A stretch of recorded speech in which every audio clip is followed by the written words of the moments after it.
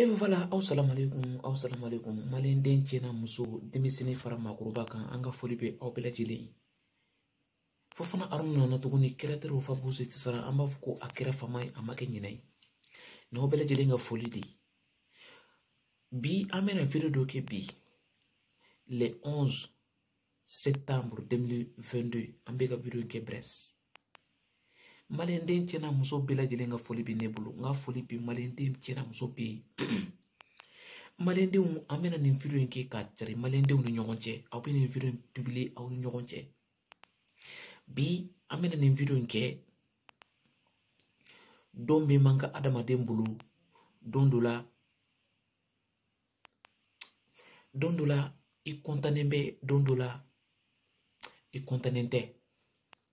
O de la bi an bɛ bɔ bi ka na dugawu kɛ an ka artiste ba ye n'o ye Nabintu Jakite ye.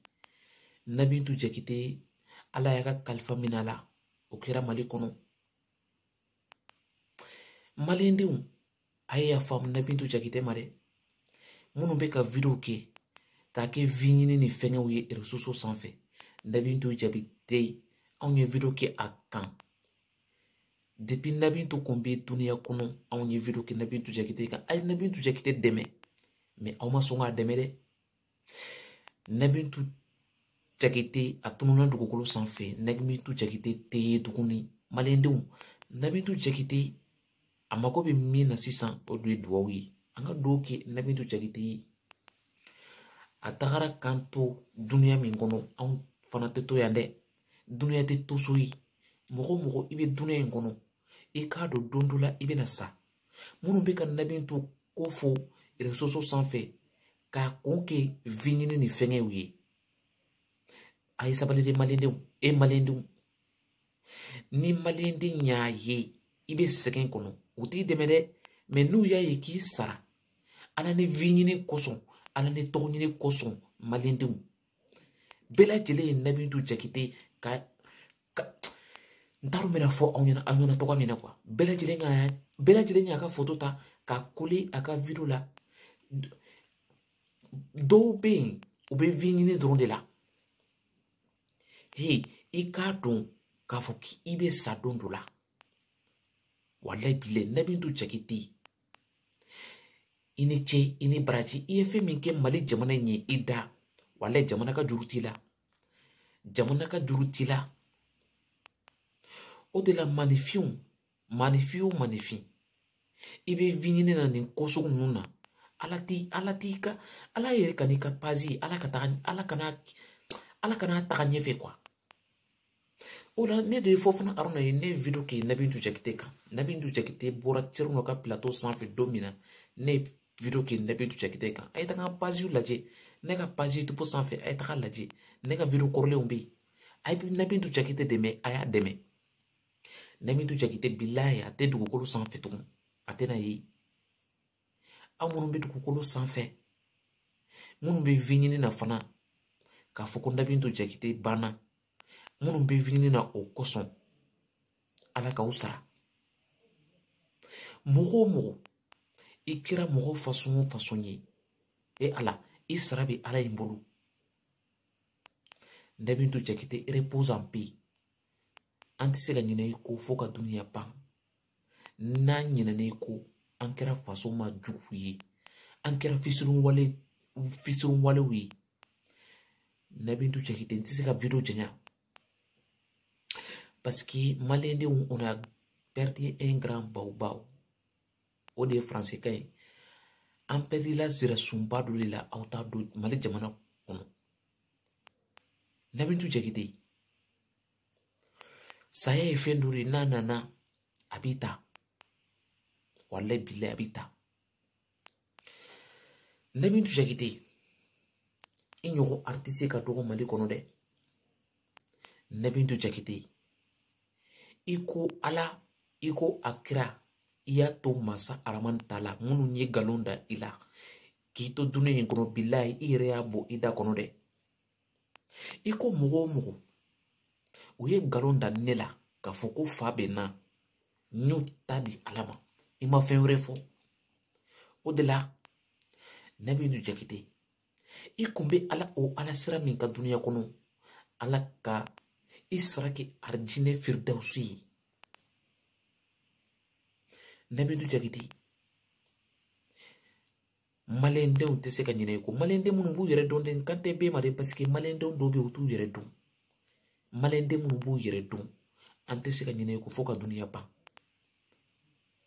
parce que ni mɔgɔw ye waleɲuman k'i ye f'i k'a dɔn a ye o de la ne de ye Fofana Haruna ye kɛra teriw fa pose sara anw bɛ kuma fɛn kan yanni a kuma ka se Nabitu Jakite anw tɛ ɲini na anw tɛ tɔgɔ ɲini na Nabitu ko la anw ye video kɛ Nabitu ka ko la yanni Nabitu Jakite saya k'a sɔrɔ anw ye video kɛ a kan k'aw k'a dɛmɛ bilahi Nabitu Jakite tɛgɛ a tɛ yen tugun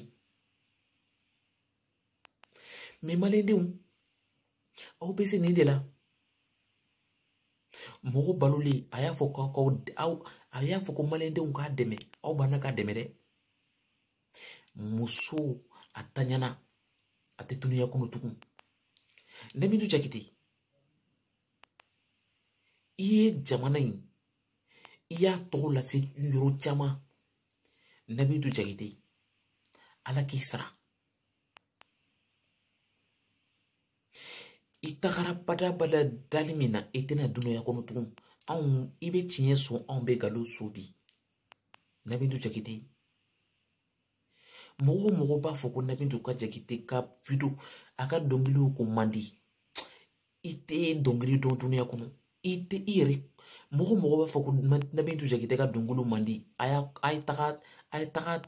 taga tigi minɛ ka taga n'a ye dɔgɔtɔrɔso la walayi bilayi a tigi man kɛnɛ o de la sa bi an mana kumaba fɔ la réseaux sanfɛ fɛn min kɛra o kɛra a banna ne tɛ ɲini na Nabitu ko la dɛ anw ye Nabitu dɛmɛbagaw de ye yanna depuis a kun bɛ duniya kɔnɔ Nabitu Jakite tɛ yen tuguni wa hali Nabitu Jakite salen kɔfɛ bilahi anw b'a défend walayi bilayi o de la minnu kun bɛ Nabitu Jakite fana contre la aw lafiyara sa aw lafiyara a y'aw donni jigi maintenant walayi bilayi a y'aw donni jigi Nabitu tɛ yen tuguni aw dusukun de bɛ ɲɔgɔn na sa dɛ minnu ye nkalon sira la ko fa b'a la o minnu y'a janfa o minnu ye asidenya k'a la o Nabitu Jakite t'a banna aw minnu bɛ duniya kɔnɔ ala k'aw dɛmɛ ala ka bɛɛ lajɛlen sara i ŋaniya la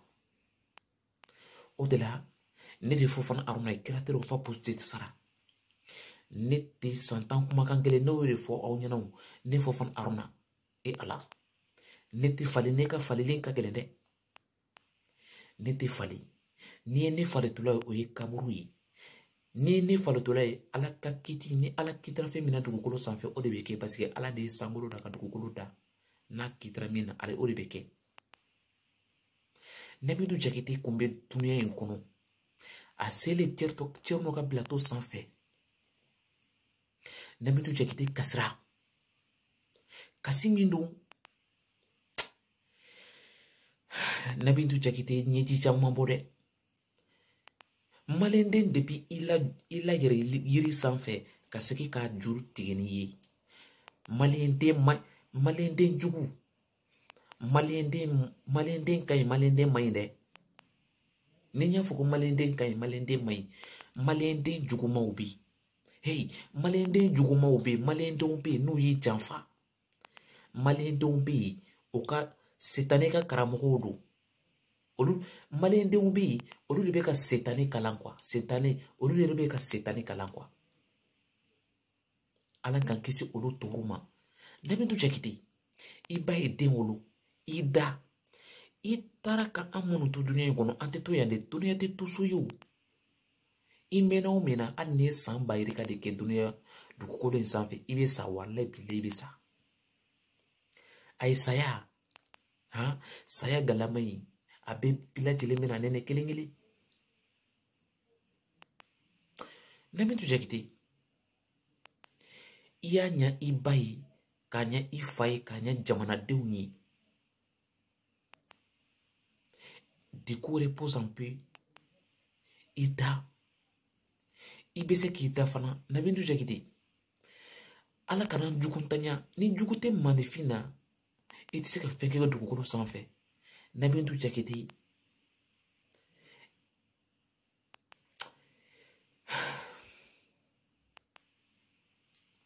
n t'a dɔn n bɛna min fɔ aw ɲɛna bi maliyɛndenw don bɛɛ man ka adamaden bolo Nabintu Jakite tɛ duniya kɔnɔ Nabintu Jakite Nabintu Jakite jugu est-ce que aw m'aw donni jigi sa wa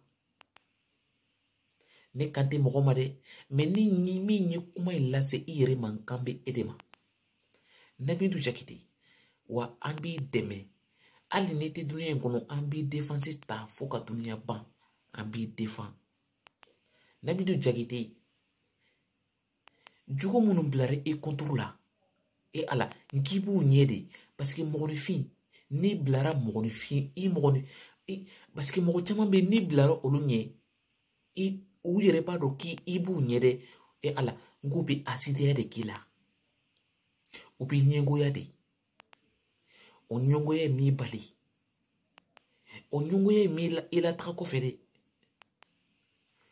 o de la hali denkɛni bɛɛ tɛ se nin na Nabintu Jakite surtout muso denkɛni bɛɛ tɛ se nin na de ka fɛn muɲu k'a to ala ta la parce que i ko ala de y'i dan i y'a to ala kelen ta la o ala kelen de filɛ ka se i ni ma Nabintu Jakite i da i ka sunɔgɔ jamana ka juru t'i la dɛ an bɛ ala deli de ala k'i da yɔrɔ ala k'a sumaya ne de Fofana Haruna ye n ye nin video in kɛ bi aujourd'hui le 11 septembre 2022 à Brest ni n y'a fɔ ko Brest bɛ Faransi région de dodo région de Bretagne ville de Brest an b'a fɔ ko maliyɛndenw ma an t'a fɛ ka video cɛɲa an b'a fɛ ka bɔ video kɔnɔ nin waati in na mɔgɔ minnu ma abonné Fofana Haruna ka chaîne YouTube sanfɛ n b'a ɲini aw bɛɛ lajɛlen fɛ bɛɛ lajɛlen k'i abonné ne ka chaîne YouTube sanfɛ n'aw b'a fɛ ka video dumanw lajɛ réseaux sanfɛ an ka foli bɛ aw bɛɛ lajɛlen ma aw bisimila Fofana Haruna ka page YouTube sanfɛ o bolen kɔfɛ Nabintu Jakite repose en paix. Merci beaucoup à tout le monde, tous les Maliens et toutes les Maliennes. Abonnez-vous tous. Merci. À la prochaine vidéo.